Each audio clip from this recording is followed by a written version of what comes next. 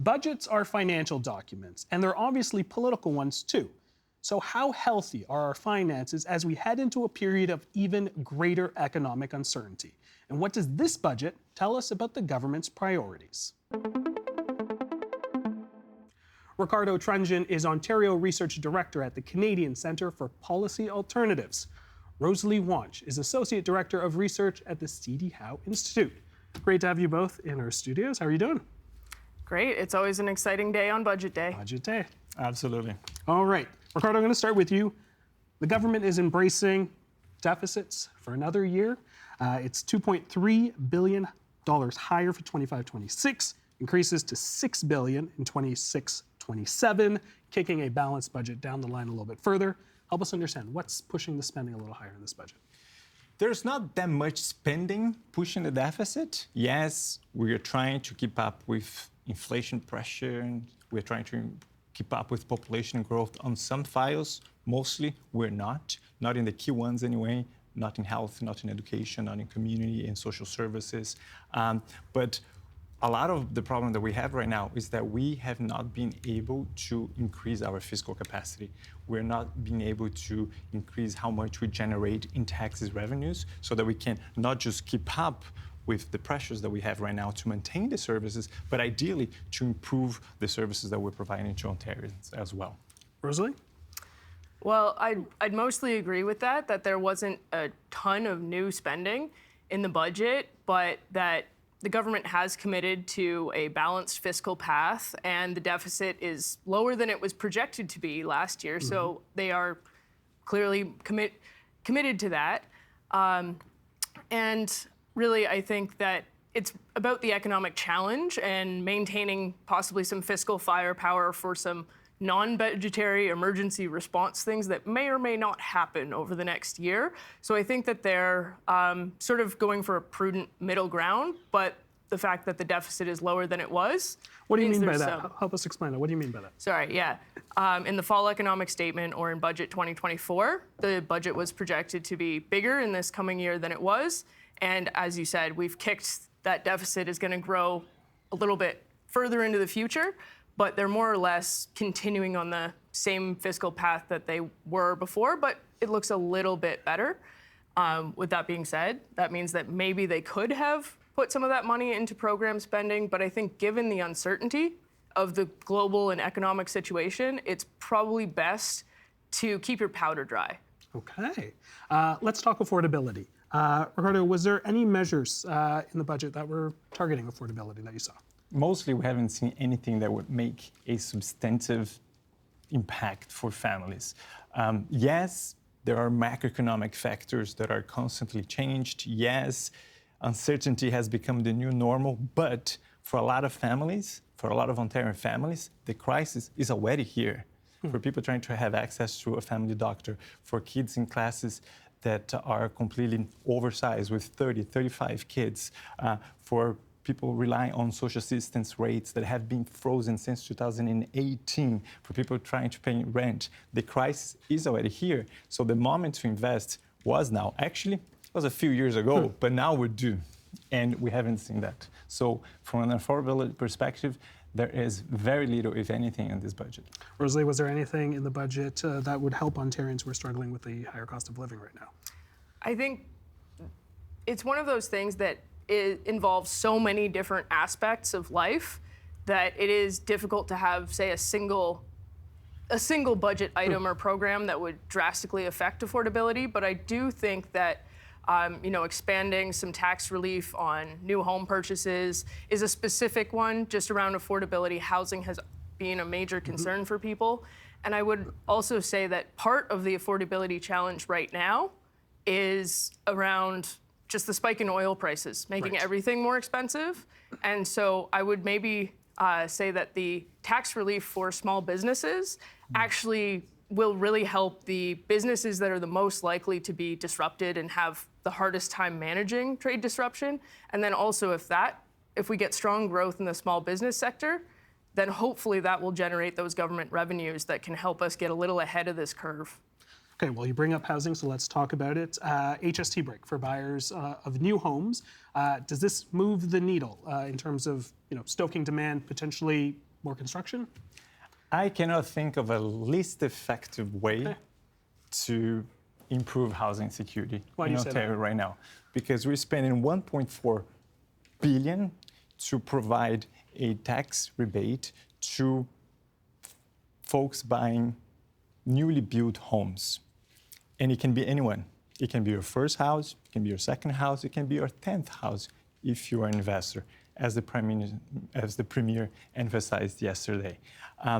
The provincial government has the authority over tenancy regulation. It has authority over social housing. If we were to focus on those two areas, we could do a lot.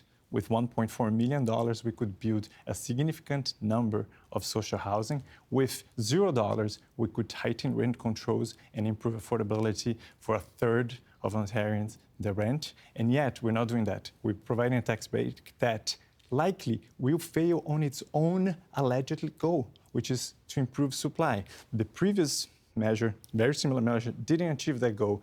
And we are not sure that it will even achieve its stated goal. It's an awful, awful policy in housing. I study a lot of housing. This is not housing policy.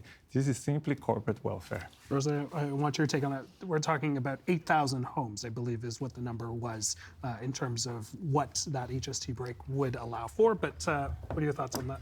Well, and whether it's actually 8,000, I think it is doubling down on their previous policy, and it is intended to stimulate new builds more than it is really around housing affordability. So if it's going to be effective around the total supply of housing, then that will take some years to show up, but also those that are currently planning to buy a new house, it will make it more affordable for them. Whether they needed that affordability break or not, it does make it cheaper.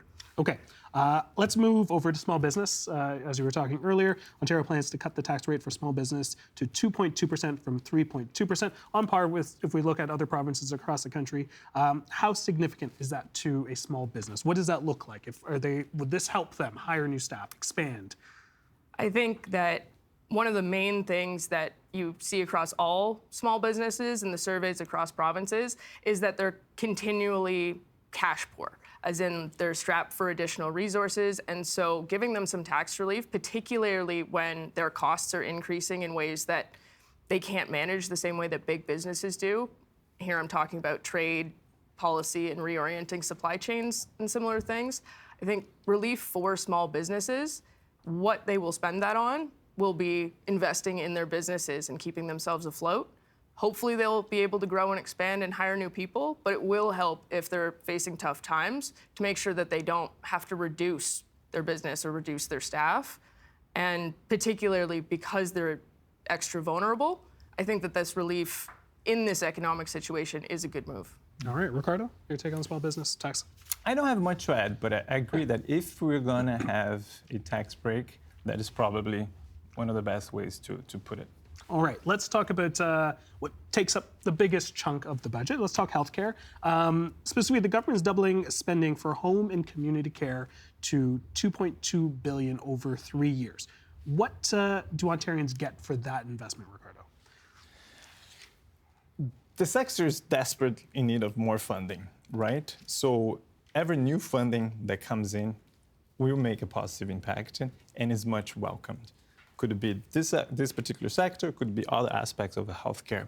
My main concern here is that when you adjust the current figures for inflation, for population growth, and for aging, which is really important in health, we have only a 0.5% increase in the real allocation this year, and that drops next year. Next year, we have a 1.6% cut in real health spending as forecasted right now. So we're not investing nearly enough. And the second piece of this, it also matters where this funding is going. We have seen with this government, and my institute has documented this well, we are starting to pay more and more for, or subsidize in different ways, for-profit care. And that's a slippery slope, and we know that funding private care won't buy us as much health in return. Rosalie? I would fully agree that the home care sector in Ontario is in need of resources. It's very obvious that there are unmet needs, and also that if we could increase home care services, we could likely delay people requiring LTC. You can prevent some unnecessary hospitalizations. And so it really, if there's a place in the healthcare sector that can have really positive benefits further along the sort of care continuum, that investing in home care is absolutely a good place to do it. And that we still have an aging population. So I would agree that it going back down is actually more of a concern, but the investment this year is welcome. And I would say we should likely continue to expand in that space, particularly because that population and that need continues to expand. And last I checked, the long-term care wait list hadn't gone below 40,000 in at least a year. And so really, there is quite a lot of need. And so will this be enough to fully address that? Likely no, but it's a step in the right direction. All right, let's stay in healthcare. The government says there will be $64 billion over the next 10 years for healthcare infrastructure. That includes about 50 hospitals to increase their beds. Is that the right move, considering that if you've followed the headlines in Ontario, you know that a lot of hospitals are struggling to stay afloat. Many are shedding staff. Is that the right move, Rosalie? Well, I would say that it matters more what kind of beds they are, because there is the risk that we have high volumes of alternate level care patients. Those are patients that could be better cared for in long-term care in the community, but they're in hospital beds. And depending on the hospital, those rates could be 10% up to 40% of the beds are currently occupied by those types of patients.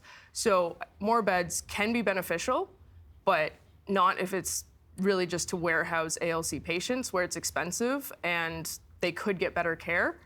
But that being said, most hospitals, or quite a few hospitals in Ontario, are in a deficit position and are in need of infrastructure upgrades, some additional flexibility so that they can manage those staff shortages. And so spending money in our hospitals is very much also needed. Ricardo, I'll get your take on this, but I want to add the Financial Accountability Office of Ontario has warned about healthcare staffing levels at the current funding. What could the government have done to address that? I agree that what kind of beds we're going to get, it matters a lot. And to reiterate my earlier point, I'm also concerned that these will be public-run hospitals and clinics, and not yet more privately run clinics like we announced for last December for orthopedic surgery. And I hope not to see more of those because our money will go farther. I'm sorry, I forgot the second part of the question. No, that's all right. Financial Accountability Office of Ontario has warned that healthcare staffing levels under the current funding model are not, it's understaffed. What could the government have done in this budget to address those numbers? One of the key things here that we haven't had a chance to talk about it's post-secondary training, right? This government has recently made some very draconian changes to the OSAP, which is the Ontario Student Assistance Program that helps students to get through post-secondary education. We also have seen that this government has not come through it for post-secondary institutions, including colleges, since the cap on international students. So overall, we have a system where post-secondary education is becoming more expensive, be it university, be it college. There are less assistance for students to go through. And so a lot of the professionals that could be, the potential professionals, about the workers who could be looking at training that it's long, that is difficult, but that eventually pays off and that delivers the services that we need. A lot of them right now are second guessing. Should I invest? Can I afford? How much debt will I have to take in order to become a nurse, in order to become a health professional? So I think, the right investment here on this case would have been on post-secondary education, college training of all sorts, but we haven't seen that either, unfortunately. Was there anything that the province got right in the budget in the education portfolio, in your eyes? In the education portfolio, when you look at education right now, the only thing that is driving investment up is the childcare program that has been a federal initiative. We haven't seen the same level of investment at either K-12 schools and we also have not seen the same level of investment in post-secondary training. All right, Rosalie. I might bring it back to healthcare a little bit and say that the government didn't necessarily have new initiatives in this budget, but there are initiatives that that are directly related to health labor force and the volume of care providers that are available. So they've opened slots for nursing training, and there's grants to potentially cover all of the educational costs for physicians that agree to practice family medicine in the province. And one thing where I think we should give credit is that the Ontario government last year, and they did add a couple $100 million to it in this budget, made, as far as we can tell, the largest investment in the history of the country in specifically primary care. And that though primary care attachment is still very much a challenge in this province, particularly with an increase in population and other things. Looking across the country, Ontario has the best results. They've actually matched more people with primary care, and they're, I would say, at least keeping pace with population growth. And so it is still a lot of people that need access, but we've made real headway on that in the last year. And that was because of a historic investment in the last budget. Okay, noted on there. One thing that stuck out to me in the budget, a new program called the Protect Ontario Account Investment Fund. The government has allocated $4 billion for that. Can you help us understand what it is and how it will work? Well, really, I think it's another one of those things that's in line with if you're wanting to invest in capital and you're running a business and you need new buildings, new equipment, new machinery that can lead to more jobs, more production. As we mentioned before, that small businesses might not have that cash on hand, and that basically creating programs where you can get low interest government loans, grants, and whatnot to make investments is realistically a good relief. What type of industries are we talking about here? I'm going to admit I have not actually gotten through the entire 292 It is pages, a long one. so Yeah. I don't have the details on that one at this exact moment. All right, Ricardo, can I get you in on the investment fund? Yes, there is not a lot of information on this one yet. I'm relieved. I think it could be a good thing, and I hope it will turn out to be a good thing. To use a cliche, the devils are in the detail. Right. What kind of industry are we going to be supporting? What's the process to assess those fundings? Are we going to be investing mostly in infrastructure and other kinds of production that tend to be male-dominated jobs? Or are we going to keep in mind also other types of industries and other sectors that create really good jobs, not only for a particular population group, but a broader sector of society? So it could be a good thing, and I hope it will be, but we need to watch this one closely. All right, I've got less than a minute left, but I do want to know, there are over 400 municipalities in this province. They've had their eyes on this budget as well. What did municipalities get in this budget this year? Do we know anything, Ricardo? I don't. That's the part that I am the one who have not yet had time to look at that closely. That's fair enough. Yeah, and I will say on my quick scan, there wasn't anything in particular that jumped out at me, but I think that it's likely that given, shall we say, local Toronto issues, intergovernmental issues around sort of how Toronto and the province are interacting over various things, I think it might not be a spending item, but there will be probably more on that file to come. All right. We're going to have to leave it there. Ricardo, Rosalie, really appreciate your insights on this. There's a lot of reading to be done on all of our parts. We are looking forward to seeing how this budget unfolds as well. Appreciate your insights on this one. Thank you so much. Thank you.